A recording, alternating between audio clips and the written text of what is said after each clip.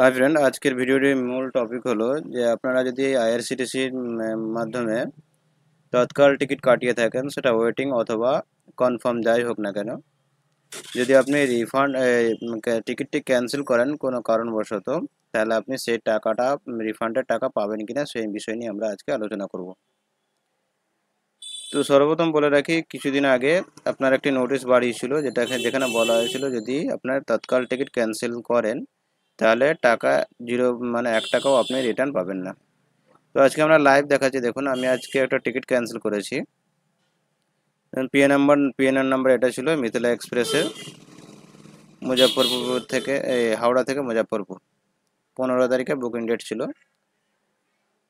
তো দেখুন, এখানে বলা হয়েছে বুকিং অ্যামাউন্ট 430 টাকা, রেলওয়ে ক্যান্সেলেশন চার্জ 430 টাকা। আর পাশে অপরদিকে দেখুন রিফান্ড অ্যামাউন্ট 00। তো আপনি যদি তৎকাল টিকিট ক্যান্সেল করেন তাহলে আপনার রিফান্ড অ্যামাউন্ট 0, অর্থাৎ আপনি 1 টাকাও রিটার্ন পাবেন না। তো এটা হলো আপনার তৎকাল কনফার্ম টিকিটের জন্য প্রযোজ্য। এবার এখানে উপরে যে বলেছে no refund against their cancellation if train is running late by more than 3 hour or train cancel please file TDR with report reason for claim refund. যদি আপনার 3 ঘন্টা বেশি ট্রেন লেট থাকে তাহলে আপনি রিপোর্ট করে ক্লেম করতে পারেন সেই টিকিটের রিফান্ডের জন্য।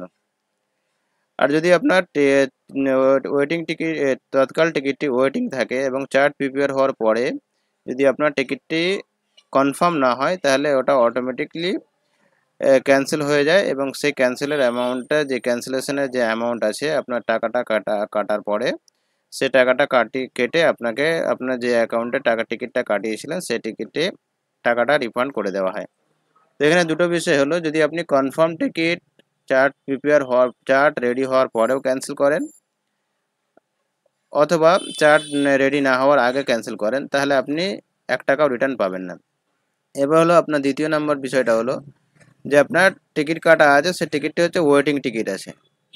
তো ওয়েটিং টিকিটে যদি চার্ট প্রিপেয়ার হওয়ার পরে ওয়েটিং থেকে যায় এবং সেই টিকিটে আপনি যদি ট্রাভেল করেন তাহলে আপনাকে টিটি ফাইন করতে পারে না, ফাইন করবে। কারণ হচ্ছে নিয়ম বলা হয়েছে, যদি আপনার তৎকাল ওয়েটিং আপনার চার্ট রেডি হওয়ার পরে যদি আপনার তৎকাল থেকে যায় তাহলে সেই টিকিটটি ক্যান্সেল হয়ে যায় এবং ক্যান্সেল হওয়ার পরে আপনার যে রিফান্ড অ্যামাউন্ট আছে সেই রিফান্ড অ্যামাউন্ট আপনার অ্যাকাউন্টে ট্রান্সফার করে দেওয়া হয়।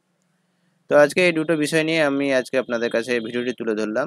যারা এই প্রবলেম ফেস করছেন, যারা ভাবছেন যে তৎকাল টিকিট ক্যান্সেল করে দিয়ে রিফান্ড পেয়ে যাবেন, তো তাদের ধারণাটা ভুল। তারা তৎকাল টিকিট কনফার্ম টিকিট যদি ক্যান্সেল করেন তাহলে আপনারা 1 টাকাও রিটার্ন পাবেন না। সেটা আমরা লাইভ আপনাদেরকে দেখালাম টিকিটটা ক্যান্সেল করে।